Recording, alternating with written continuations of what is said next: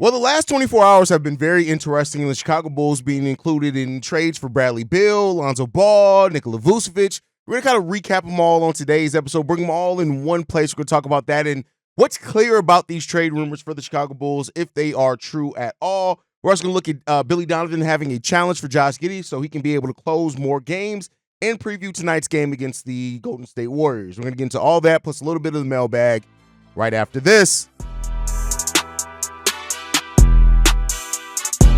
You are now tuned in to Chicago Bulls Central, your number one place for all Chicago Bulls news and content.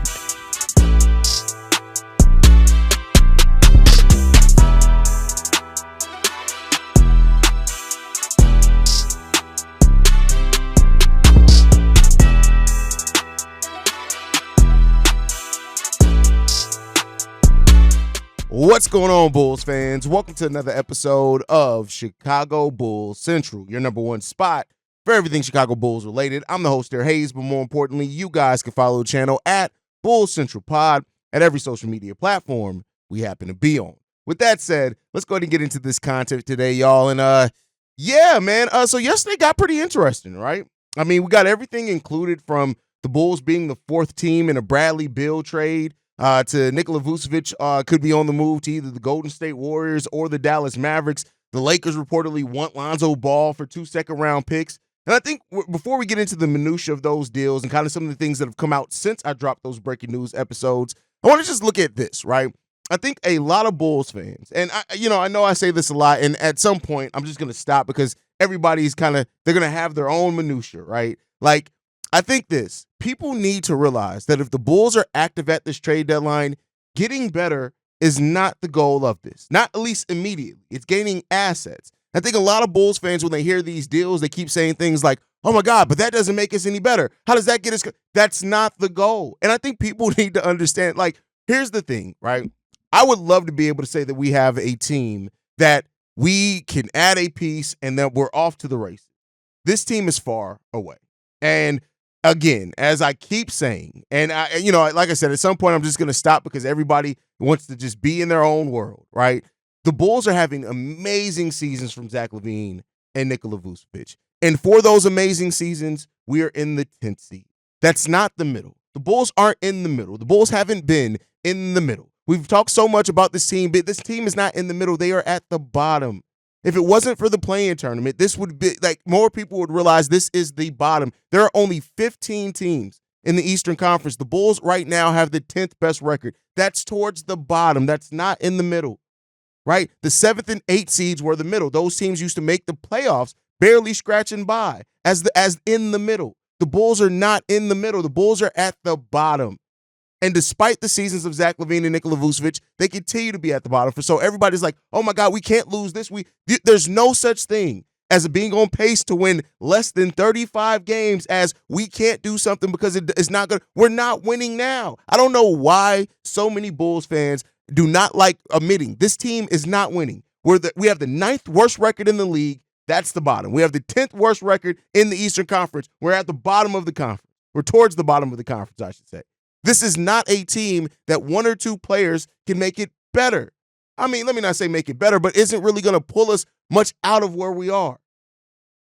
And thus, if the Bulls do start making these moves, and that's still a big if, because I still will say I still think it's unlikely that the Bulls make any type of major deal, right? We'll see what happens.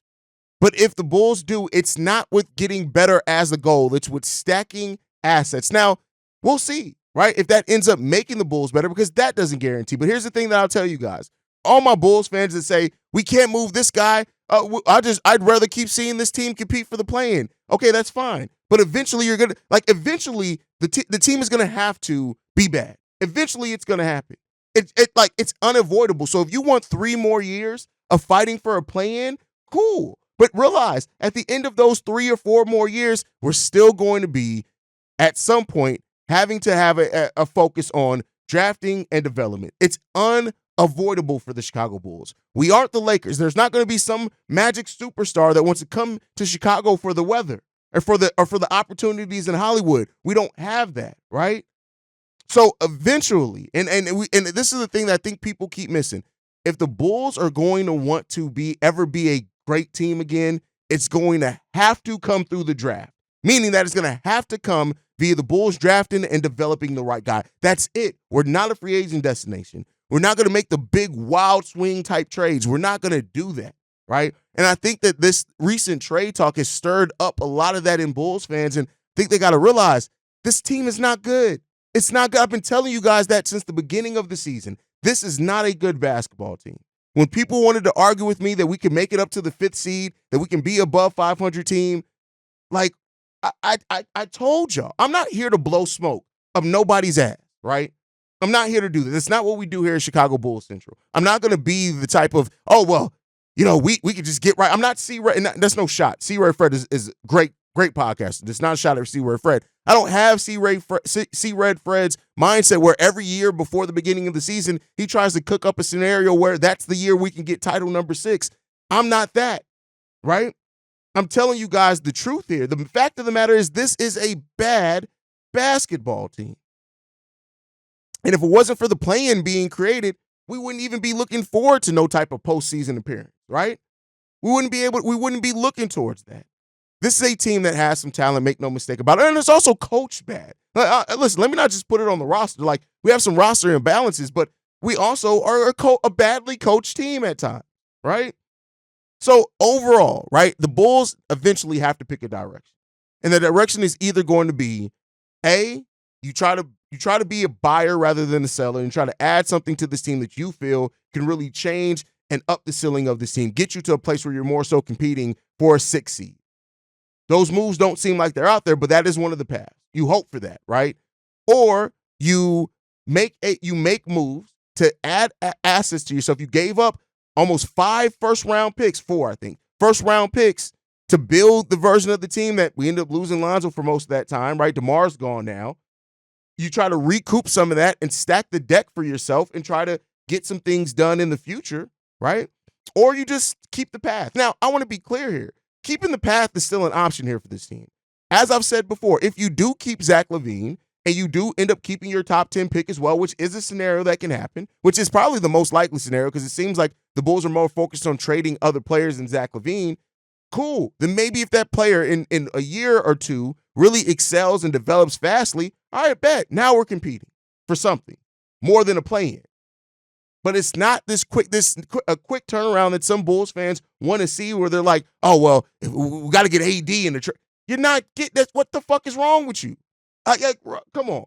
Listen, I know I've been trying to clean up the show. I've been trying to be generally a nicer person, right? I'm really trying to do that. There's some comments y'all leave sometimes where I start typing, I stop typing and realize I'm trying to be a better person in 2025. But I got to be frankly honest with you. Some of y'all are stupid. Some of us Bulls fans are stupid. Like, it's just the reality of it. Like, whether it's not wanting to come to the realization of the reality of where this team is, or y'all just really think that this Bulls team is all of a sudden going to be something that they've never been as far as a trade, a free agent destination, or all of a sudden that's something. Listen, I love Kobe. I love Ayo Dosunmu. I love these guys, right? But the team is affected where they are based off getting Josh Giddey. Right? It's just they aren't going to be the backcourt of the future now as long as Josh Giddey's still on this team. Right? It's just not. Josh Giddey's going to be the starting point guard. It is what it is there. Right? And so, and that's another thing. Some of y'all like, well, we can't trade Vooch. Let's trade P. Will instead in that same move and get the first round. If you think that P. Will is going to net you a first round pick if you put him in a trade instead of Nikola Vucevic, what the fuck are you smoking? That's just, I got to be 100% frank here. What are y'all smoking? If you really think that a team that's offering a protected first-round pick for Nikola Vucevic is going to sit there and say, well, you know what, instead of Vooch, let's put Patrick Williams in there. We got the same deal, right? What are you smoking? Like, why is it that as a fandom, we should be smarter at this point than realizing you can't trade bad players and get good assets back? I'm going to shut up. Because, listen, like I said, I've been trying to clean it up, but some of y'all are smoking some strong stuff, and I need y'all to wake up. I need you to wake up. But to recap what we've heard over the last 24 hours, so a trade that could end up with Bradley Beal coming to the Chicago Bulls as part of a 4 or 5 team. There's been 4 and 5 team versions of this deal going on. Bobby Marks tweeted out a version of this trade where the Suns get Jimmy Butler and DeLon Wright. The Heat get Ryan Dunn, Chris Middleton, and Bobby Portis. They also get the least favorable of the first-round pick between Cleveland and Minnesota in 2029. The Bulls get Bradley Beal and the 2027 first-round pick. The Bucks get Zach LaVine, and the Wizards get Marjon Beauchamp and a 2031 second-round pick. Now, I think when you start adding more and more names and teams to this deal, the less realistic it comes. Now, we did also hear from Mark Stein that there are some talks that the Bradley Beal, Jimmy Butler deal could end up being one of the biggest deals in NBA history, meaning that as far as all the money that's moved, the amount of teams that are included, and the total amount of assets and players combined that are moved in this deal could end up being one of the biggest deals in NBA history if it actually goes down. And listen, I've said it before. I said it on the live stream. I don't want this trade to go down. I think this is a stupid trade. I don't know how this really helps the Bulls outside of especially if it's only one first-round pick, it's a stupid trade. Now, 2 first-round picks, okay. 3 first-round picks you can get me in the door. But the $110 million left on Bradley Beal and 2 years left on Bradley Beal's contracts is ridiculous. And I know Bradley Beal as the player isn't the focus of this move. It's more so the first round picks and the Bulls trying to recoup those. And here's the thing that I'll say with that, right, is that it being in 2027, if it was in the 2026 or 2025 draft, I would love it even more because of the talent that's in that draft, even at the bottom of the first round. But it's something that you got to watch out for. Listen, I've learned this in covering the NBA. Every time you think something is implausible, it actually probably is more than you think. And I don't like this deal. I don't want to see this deal happen. And I think there's 0 chance of this deal actually going through. But I do know that this is the NBA and weirder things have happened. So we'll see what happens there. But that's one of the trades that we've heard about. Next up, Nikola Vucevic to either the Golden State Warriors or the Dallas Mavericks. The Dallas Mavericks deal is reportedly built around Daniel Gafford. The Golden State Warriors deal is built around Kevon Looney. Both would be second-round picks coming back from these teams. First-round picks and the first-round picks coming back from these teams. And here's what I'll say, is that if I had to bet on the biggest name that the Bulls move, that the Bulls make a trade, and who's the biggest name in that, I think it'd probably be Nikola Vucevic. I do think that the Bulls, per Casey Johnson, we talked about yesterday, where he said the Bulls are open for business, that they have talked to multiple teams about Nikola Vucevic. And if a big move happens, I think Vooch is going to be that big move. That's just my personal opinion. We'll see what happens with that if something does go down. But I hope that the Bulls hold out the first round evaluation of Nikola Vucevic, so that you need a first round pick back for Vooch. You gave up 2 first round picks, or was it 3? For Vooch, you need at least 1 back. And I think the season that Vooch is having, it also supports at least getting that first-round pick back for Nikola Vucevic, in my opinion. I would love to see him on the Warriors. I think him and Steph with that passing, Steve Kerr, all that. But the Bulls, how does it help the Bulls? I'm not here to try to just help the Warriors. I want to make sure the Bulls are getting things that make sense back for them. And so that's another aspect of this. And then, of course, the one that came out late last night, Lonzo to the Lakers, built around a deal. And this will be interesting because Rui Hachimura would have to be involved in that deal if it does happen. And I think even then, I think Troy, tweeted out a version of that deal to get it to work as far as per the salary cap restrictions and things like that. I will see if I can pull that up real quick. Bear with me. So, yeah. So, shout out to a whole lot of Bulls Troy. He pointed out that it would be have to be Rui Hachimura, Jalen Hood-Schifino for Lonzo Ball and Taylor Horton-Tucker. Then, of course, the 2 second-round picks involved in that as well. And here's what I'll say. Jalen Hood-Schifino is a player that still has, he's very, very young. I think he's only in, his second year, something like that. Rui Hachimura as well. He comes in, adds some forward depth for us that we absolutely could need. Losing Lonzo would suck, but like I've said before, and again, something that Bulls fans need to wake up to. If the Bulls already know that they are not comfortable giving Lonzo Ball a long-term contract because of his injury history, you should move him. You should try to get something back. And in this, I'm not mad at this deal. Do I think it's a great deal? No, I mean, it does help the Lakers quite a bit, especially for what they want and what they need and what they're trying to add to so they can go off on a playoff run. But again, it's just it's the cost of doing business. And don't even get me started. If you start typing and start saying something about we can't lose THT, I swear to God that I'm gonna flip out. I'm gonna flip out if that happens. No, I'm just playing. But So we'll see with that. We'll see what happens with that one. I think overall, again, it just depends on what the Bulls really want back. And like I said before, take all these rumors with a huge grain of salt. But what these do point to, if any of these are legit, is the fact that the Bulls aren't going to get better by any of these trades. It's gaining assets, clearing your salary cap sheet. We talked about how with the new CBA can make it difficult for the Bulls to re-sign Kobe and Io if they want to, depending on if they can't clear some of the salary. That's what this is trying to do. And that's what most of these deals are trying to do, is add assets while making your cap sheet a little bit more clear, except the Bradley Beal one. It's still fucking questionable there. Whatever. But so we'll see what happens, man. I still think the safe bet is nothing happens, but we'll see what that gets to. All right, let's switch gears here, right? One of the things that has really been a thing that Josh Giddey fans have pointed out is that Josh Giddey doesn't close games. And Josh Giddey and Billy Donovan were asked by the Chicago Sun-Times in regards to Josh Giddey closing games. I want to start off with Billy Donovan's quotes here. He said this, as far as in Giddey closing games. He's probably working towards that. He's given me a lot of confidence. The defense has ticked up. It's gotten better there, and he's gotten better at making the guys on the court better in terms of generating open shots for them, which is really good. I mean, generating open looks is one of the Giddey's superpowers. That is one of the things he does extremely well. Having him on the court in a time where you need open shots generated and you don't want to devolve back into isolation basketball, it helps. Now, you also have Lonzo that can help do that as well, and I think we've seen at times Lonzo get those opportunities more Josh Giddey, mainly because of Josh Giddey's lack of defense. Now, Giddey's also aware of this as well. Giddey said this. Yeah, it's important to every player to be out there, be in that point of the game, talking about closing games. I've got to find ways to make them make that decision. I feel like I've got to keep competing on the defensive side of the ball, and that would turn the conversation to who do you want to go with down the stretch? Who do you want to go with in this position? Competing defensively probably allowed me to be out there longer in those parts of the game, so everyone wants to be out there. I do. I want those minutes, and it's something I'm working through the last couple of weeks. It also goes on to say, I'm very happy here. I love the players here, the coaches. Everyone has been great here. I'd be lying if I said I never think about it. Every player in the country thinks about it, but you can't let it impact the way you play business. The contract will be taken care of at the end of the year. Whatever it is, how long it is, where it is. It's kind of out of my hands by then, so just play the season and do my best. And that's really what you want for Josh Giddey, right? Is you want him to just go out there and play and do his best.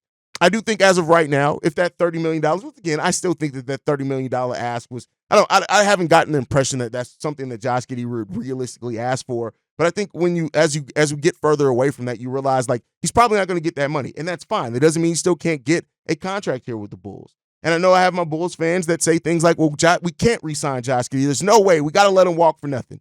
And I think, unfortunately, when you look at this front office, a 22-year-old player that's still young, still developing, I just don't see, unless him and his agent are stuck on that $30 million, that they're going to give him that money. But hey, I could be wrong on that. But you guys can let me know how you feel on that down below. The Bulls do have a game against the Warriors today. And the biggest question here is, which Bulls team shows up? I have no idea.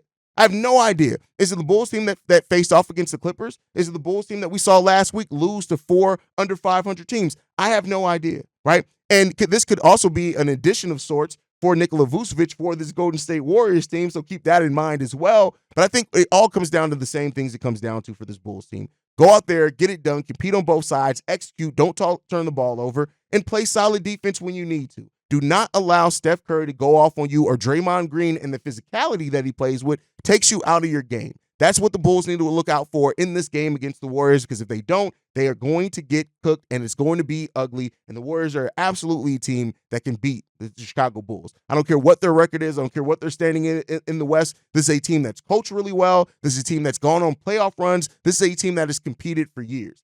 And the core of them have been together for years. So you got to watch out for this team, and especially in what they do. The Bulls have to just be focused. Now, the Warriors they don't have the same firepower or the potency that they had at the beginning of the year when they were actually one of the best teams in the league to start off the season. We all know that, right? They've fallen down from that pretty considerably. But even with that, they still are 15th in net rating in the league. They are 12th in defensive rating, 20th in offensive rating. You can't overlook this team at all. This team can get physical, this team can get in your head, and this team can execute down the stretch. And that's where we've seen the Bulls really falter at, is with teams that can execute down the stretch of games. So let's hope that the Chicago Bulls are prepared tonight. If not, it's going to be tough. Before we go, we got a voicemail that I want to get into from Corn. We're going to go ahead and play that now. Now, I know it just got me hanging up because I still got more to say that we deserve so much more. I watched Locked On Bulls. Shout out Pat being that. I love Shay. And watching, the chat and I'm reading it and hearing him say, I watch basketball to clear my problems of my life. But damn, I can't even do that with my favorite team no more. That's a damn shame. Like, damn. That's the thing. That's what us as fans, we sometimes escape the bullshit. Like right now I'm at work dealing with the bullshit. When I go on these chats with Haize and the Cognac Boys, when I go out here and speak with y'all, in the live chat, debate, laugh, it's a moment to escape the bullshit, the bullshit of everyday life. And us as Bulls fans, like I said, us as Bulls fans, we can't even escape that right now, man. It's just a shame, man. And like you said, we still living off the 72 and 10s, 96 Bulls era bullshit, and it's time, man. It's time, man. I know it's time to watch this shit go out, motherfucking man. And we deserve so much more. You content creators deserve so much more. Just the city itself deserves. I'm not from Chicago. Love Chicago. Always been a Bulls fan since I was 5 years old. Die hard. Feel like I got to know more about this team because I'm not from Chicago, but I love this fucking team. And it's just a shame to see me saying, I'd rather see this shit burn the fuck down so it can finally build the bad fuck up. All right, King Drip, man. Love you, brother. T-Red. Let's hang in there, man. Let's hang in there, y'all. Blessings. And I think that, we do deserve more. And I wanted to play this because the Bulls do deserve, us as fans deserve more. This franchise deserves more. Hell, AK says it every time you get him in front of a mic, what the city of Chicago deserves, but then he turns around and doesn't give it to us. And I hate that we're in this place. I hate that we're in this place that the fan base is arguing with each other about what's the right move, who to let go, who not to let go, when really, in all honesty, we should be looking at this front office and telling, and us all adamantly saying, we deserve more. What the hell are y'all doing? That's what this franchise deserves. That's what we should be doing. But instead, we're arguing with ourselves, right? When not one of us has a single control over where this Bulls team is. Not one of us. It's the front office. It's the ownership. It's the coaching, right? Those are the ones that have control over this. We don't. So, at the end of the day, we do deserve more. The fans deserve more. The franchise deserves more. And hopefully at some point we freaking get it because, listen, I'm tired of talking about a losing team, right? I would love nothing more than to be having the team that we had at the beginning of 2021-22 where we were winning more. That was fun. The Bulls fan base still had things that we disagreed on, but for the most part, people were excited and locked in. And I hope that we can get to that point again, Corn. But that's my time for today. Make sure you guys are following the show at Bulls Central Pod. You can send us any feedback, questions, comments, concerns. bullcentralpod@gmail.com. Lastly, if you want to leave a text message and our voicemail for the mailbag, the number to do so, 773-270-2799. We are the number one spot for everything Chicago Bulls related. That's thanks to you, lovely and beautiful people. And like I like to end every episode on, go Bulls. Love you guys. See you right if you can, y'all. Peace. This has been a presentation of the Break Media.